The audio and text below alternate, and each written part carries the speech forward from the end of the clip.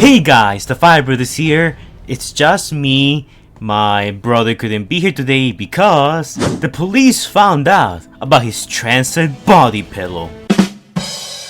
These are the jokes. I hope you guys are enjoying them. Anyways, so today, at least by the time recording this, June 27, I'm probably gonna upload this June 28th, my birthday. So if you guys want to donate a bunch of money to me or whatever, go ahead and do so. Kind of had a terrible week, so I could use anything to cheer me up. But the movies actually delivered because we do have something to cheer me up more or less. So first off, we have a bunch of news for the movies. We have a bunch of news for Reactivate. Yeah, remember that game? Remember that game we got the one trailer for like a long time ago? We never heard anything since then. Well, we have some new stuff for that game, so I'll be covering that in another video. In this one, I just talk about the movies. So first off, I want to do a small box office update for Rise of the Beast. I know there has been a lot of like debate here and there if Rise of the Beast is doing well or bad or how so. It's doing okay. It's not doing the best, but it's not doing bad either. According to his Rise of the Beast, trailer out yet, he says that Transformers is just about to surpass Spider-Verse at the international box office. Spider-Verse has had a much stronger showing domestically at over 300 million, hence why it's doing so much better. And at the same time, Rise of the Beast premiered in way fewer theaters than Spider-Man and even The Flash. The Flash just absolutely got destroyed, and I love how both Spider-Verse and Transformers fans are celebrating. It's honestly hilarious. It's nice to see. Now, by this point, I think Transformers Rise of the Beast has already, surpassed its budget. Something that I see a lot of people miss is that just because the movie surpasses its budget doesn't mean that it has made its money back. Because remember, out of all that money that Rise of the Beast just earned, some of that goes to the theaters, okay? It's not like the theaters just show the movie for free, okay? Some of it goes to them, and then there's like, the undisclosed, amount of money that Hasbro and Paramount spend on marketing. We don't even know, like, the total amount of that. So in order for Rise of the Beast to make its money back or even to be profitable, it needs to make a bit more than twice its production cost. But at least it's doing okay, and it still hasn't exactly released in too many places. But we're still not out of the woods just yet. We're gonna have to wait a bit longer to see if Rise of the Beast will truly be a success or not. I think that the reason why we haven't heard anything for Transformers 8 is because Paramount and Hasbro are still waiting for, for Rise of the Beast to finish its run. And at this point, anything goes. So we'll have to wait with bated breath to see what happens next. But what we won't have to wait and see is the new Rise of the Beast concept art. That's right, we have more Rise of the Beast concept art. I talked about deleted scenes and cut content from Rise of the Beast before I made this video. It was really long, covering a lot of like the new stuff we got, and just today we got some more of that. So here it goes. So I'm not gonna be going in any particular order for some of these. We have a new concept art of Wheeljack with him proudly showing his nerd outfit. I know there's people out there who say, oh, this looks so good, but in my opinion, no, it is bad, okay? This is cringe. If I could kill it, I would. Now, you know what's not cringe? Transit. Oh my god. This transit design is sick. To me, it looks like an Age of Extinction version of Transit. Because in Age of Extinction, the Transformers were more humanized and, they have more human proportions and stuff like, especially the Autobots. Just like how a while back, we also got a hypothetical Age of Extinction Blackout. Like, what if Blackout survived for Age of Extinction? This is how he would look like. And this Transit here reminds me of that a lot. Pretty sure it wasn't intentional, but you can see the human qualities. He has like a little skirt behind his feet. He has like this little cape behind it. He almost looks like a superhero, which is weird. He still has the Decepticon insignia on his head. We even have a close-up of his face with the Decepticon insignia in it. I'm not gonna lie, this looks a lot like a buff version of Transit. You know like the Chad meme? It reminds me a lot of that. It's like buff Transit, Chad Transit.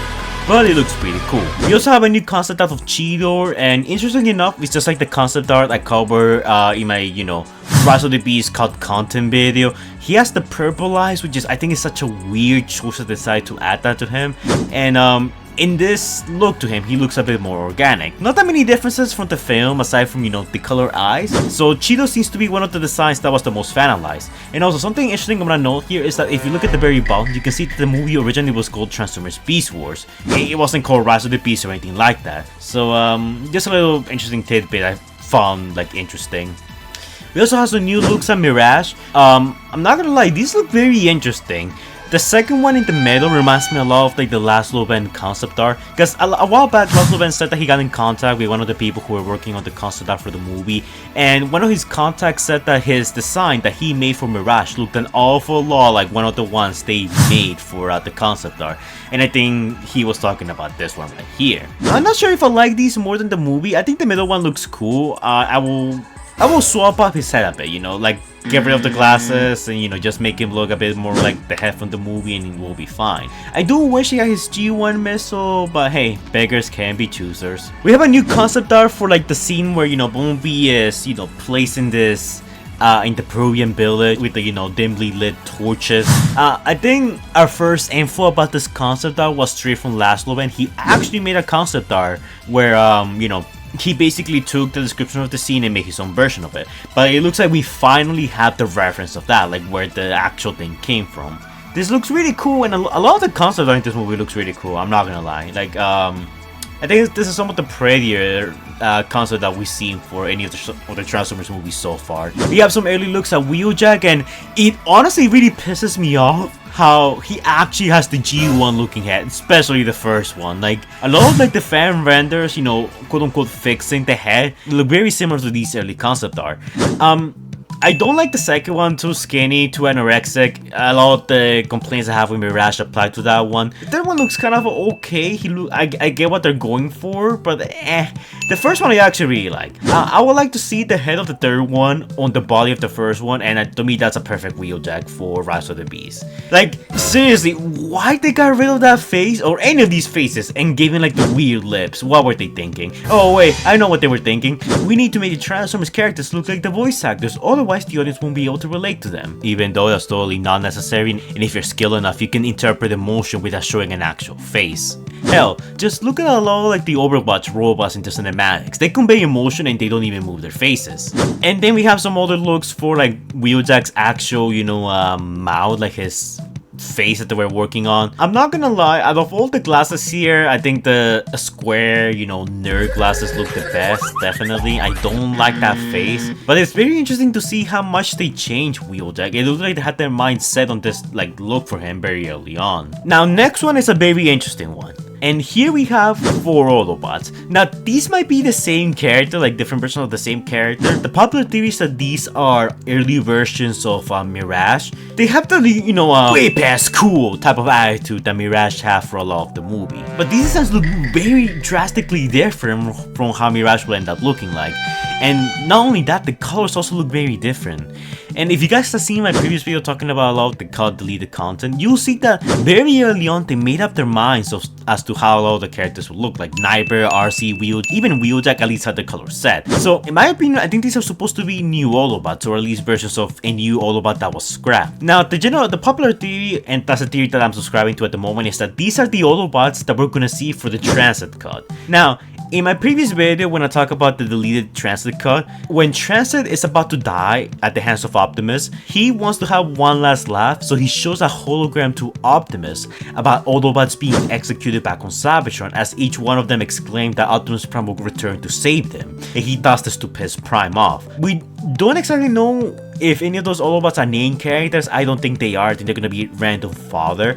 And these guys, not to be mean, they look kind of like, you know, generic Auto Troopers, you know, like the ones we saw in the Bumblebee movie that were kind of just there to fill in the background. So all I'm saying is that I wouldn't be surprised that when we do get the Blu-ray Transit cut deleted scene, we're gonna see these Autobots be killed on Cybertron, or something along those lines. And before you say Bafire, they clearly have Earth vehicle mode parts. They're not gonna be on Cybertron. Well, look at this Optimus Prime. This is supposed to be an alien Cybertronian Optimus Prime that transforms into an alien truck. Yeah, you know, the argument kind of falls apart at that. Now, this is one I really wish we got to see, and this is the Maximal spaceship. Now, in the movie itself, we actually do see the Maximal spaceship for a brief second, like towards the start of the movie. It never gets name dropped to be the Axelon, but I mean, come on, it pretty much is the Axelon. And there were rumors that we were gonna see the humans and Autobots go inside, you know, the Maximal spaceship. This does not look like the place in the final battle, because besides the access tunnels, the structure itself looked like it didn't have any interior to go inside to. And at the same time, Optimus Prime is carrying Bumblebee's corpse. and it doesn't look like they're like, in here for a fight or anything. So it looks like originally we were gonna go inside the Axolotl, which it's kind of a shame we never heard from it after the first scene in the movie. In the next concept art, we see that they actually put Bumblebee what it looks like to be inside one of the protoform pods from the original Beast Wars. It looks like one. I think it's just a little Easter egg. I don't think it functions the same way. We see Primal, Rhinox, Cheetor, Wheeljack, and Optimus Prime there. It looks that sort of fixing my Bumblebee in here. So maybe early on, instead of like Unicron unintentionally reviving Bumblebee, originally it was gonna be the Maximus who revived Bumblebee. And honestly, I kind of wish that was the case, because the Maximus are from the future, so the technology should be way more advanced than the Autobots. I mean, they can time travel and space travel too. So doing something like this would just help emphasize that point even further.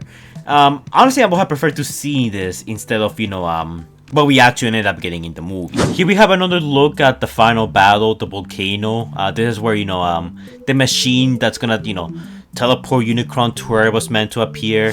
It honestly looks kind of cool, but I don't have much to say about this part. Next up, we got another concept out of Scorponok. This design is more in line to the one we saw of the toys. Nothing much to say here. It's really cool, and you can tell that they took this as inspiration for the Scorponok toys they eventually made. We have a new concept out of Stratosphere. He doesn't look that much different. Looks like they nailed his design pretty early on.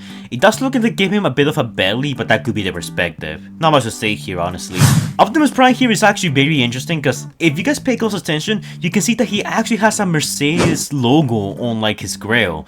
So originally maybe he was gonna transform into a Mercedes type truck or something along those lines. It's kind of weird, but his design is very reminiscent of the first Rise of the Beast toys we ever saw, the one-step changer Optimus Prime. As you guys can see here, it's basically one-to-one, and it looks like that's the inspiration for this toy right here. We get a new concept of a Bumblebee. He doesn't look that much different. Looks pretty cool.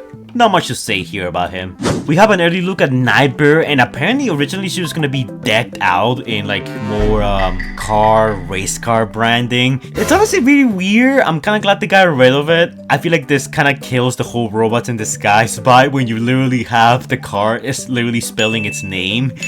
I think that's a bit too far. But interestingly enough, we see the Decepticon insignia on her. Now, this is actually huge because this is the second time we see another Terrorcon have the Decepticon insignia and not the Terrorcon one. And when we see her transform, she does look a bit skinnier, and we can actually see the Decepticon logo in her.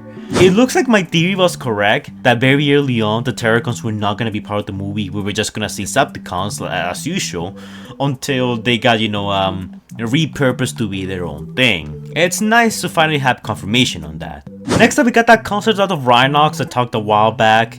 We finally have a clear look at him. And something interesting about him, well, you can tell that they took inspiration from this concept art to make the mainline toy, even like the sad face. But interesting enough, he has like these like brass knuckles that have this green electricity to it. Now, I'm not gonna lie, these are actually really cool. I would like to see him have these in the movie. I mean, his Warhammer is really cool though, don't get me wrong. But seeing him use the knuckles for like some hand-to-hand close combat would have been really cool to see. Don't really have much to say about this besides that. Now, next up is a bunch of like the other concept arts we saw a while back. That's the Optimus Primal concept art, the Rhinox concept art, but a clear look at them. These two were some of the first concept arts to be leaked, and in here we have a new concept art of Air Racer. She has the maximal insignia on her bag, and apparently originally she was gonna be green. I'm kind of glad they got rid of that because I feel like the copper look fits her way better and it's more in line with OG Beast Wars. I hope that we eventually find a concept art of her in robot mode. That's what I'm really curious about, if she actually has anything for robot mode, or if she was, planned from day one to not transform into the movie at all. Now, this isn't really concept art, but there's something really cool. People finally managed to find out the truck Mirage. They even took photos of it. Here's how it fully looks like. He has the Autobot insignia on its grill. It's really cool.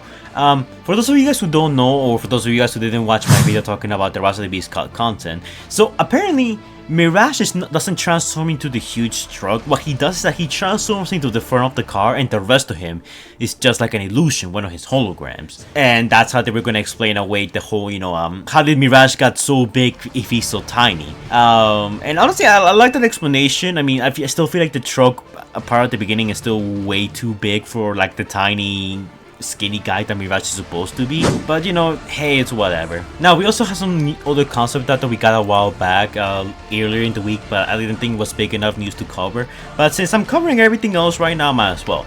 So we have Mixmaster. Well, I mean, this is an early design for Scourge, and originally he was gonna have like a little cement truck thing in the back. I'm not gonna lie, that's a very unique design, I guess. But for Scourge, I feel like it's just too out there. It makes him look too much like Mixmaster, and some people are even memeing this by putting Scourge's face on the Mixmaster model. This looks so cursed, I'm not gonna lie. Well, folks, we're not done quite yet because we have a bit more stuff to go over. It's not a lot. So very recently we got these new Chinese trading card things for Transformers. They're actually kind of cool. We got one from Transit the other day. He looks phenomenal, but then again, you can never go wrong with Transit. But besides that, we have a new one which finally confirms the identity of the second Freezer we saw in the movie. The first Terrorcon drone, you know, the one we saw in at the beginning of the movie, the one that Scourge deploys, the first one's named Freezer, while the second one is actually named Noble Kane. Now, actually, I know they both look exactly the same, so it's a bit hard to tell them apart, but the difference between these two are is that Freezer is the one that has its face, you know, completely intact, while Noble Kane is actually the one that's like, it's missing a chunk of his face. Now, you guys might be wondering, what kind of names are those, Fire? Well, one of my patrons, DrakeNewHorn45, was gracious enough to explain it to me, and it is kinda stupid. So, Freezer is named after dental freezing, while Noble Kane is named after the suppressant drug used by dentists. I'm not gonna lie, I'm a bit disappointed at that, because I was kinda hoping that the movie more or less, you know, name after the elements. I mean, you know, Scourge, fire makes sense, Nightbird, you know, air, Battle Trap, earth, Freezer, you know, water or ice, and then you got Electroshock being lightning. Them being, you know, name after dental care was a bit disappointing, not gonna lie. Besides that, we get a few new concept arts. One of them will be in his, you know, off-road Camaro, one of Battle Trap and his, you know, vehicle mode. You can see the American flag on him, so I thought that was kind of funny. We also get one of Nightbird, and interestingly enough, both of these Terrorcons are actually, you know, having the electricity around them. We get a new one of Wheeljack and his, like, you know, very big buff, you know, big wheel looking band. Honestly, this would have been really cool to see. It doesn't fit Wheeljack, so I'm kind of glad they got rid of it, and all the like detailing around him, not a fan of those. And an early concept as to how Mirage's vehicle mode was gonna look like originally. I don't have any problems with this one. I mean, the blue wheels are cool, I kind of wish they kept those, but overall I'm pretty happy with the final result of the movie and how it ended up looking, so no complaints there. But besides that, you're now all caught up on everything new that got dropped for Rise of the Beast. So yeah, let me know in the comments down below if you guys will prefer any of these concept arts over the original, over what we ended up getting in the film. Personally, I wish we saw the Axelon and like the early looks for Wheeljack and a few others. I personally do like the early concept art for Mirage, and Transit in his quote-unquote Age of Extinction Transit looks pretty sick, but that's a bit too out there for my liking, okay? I think OG Transit's already peaked design, okay? It's very hard to upgrade perfection, but that's pretty much my whole opinion on everything. So yeah, so my next video will be talking about the reactivate leaks and all of that. Maybe we'll see. I have another video planned in the meantime, but I'll try and get to that as soon as possible. But this is it for now. So as always, guys, don't forget to like, comment, and subscribe. Do that annoying YouTuber stuff that the algorithm don't like so much. And I will see you guys in the next video. Stay safe, guys. Anyways, guys, before we go, shout out to our super high IQ patrons: Predator King Hunter Plays, Scrub Lordo, Omega Tryon 2006, Stitch Productions, Xavier the God, Anders Gears, finally he changed his name, Optination Review, James Newbold, DJ Universe, Tristan Curry, Still, Allspark Studio, Super Sailor Formers Hedgehog, Cuber Knight Gaming, and oh my god, Rich Cracker 64 Studios Productions, Crazy Treks, and King Sparta, TF Cypher, and Crawley 666. And our two newest patrons, Legend of Swoop and the Autobot Side of J. And an even bigger shout out to our even bigger patrons, Jordan the Great and X23, who donated a amount of money. I'll leave you guys to figure out how much. And if you guys want to shout out yourselves, all you gotta do is donate to my Patreon. By donating to my Patreon, you get quite a few rewards.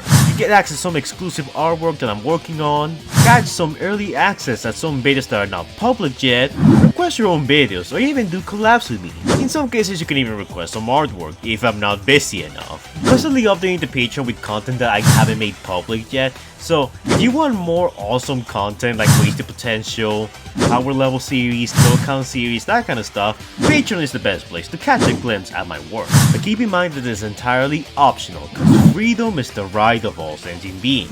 Thank you to all my patrons for donating, it's much appreciated. A lot of them have channels of their own, Twitter accounts, Discord pages. Make sure to go check out their links and give them some support. They could use all the help they can get. Thank you guys for donating, it's much appreciated. And I'll be seeing you guys in the next video. Stay safe, guys.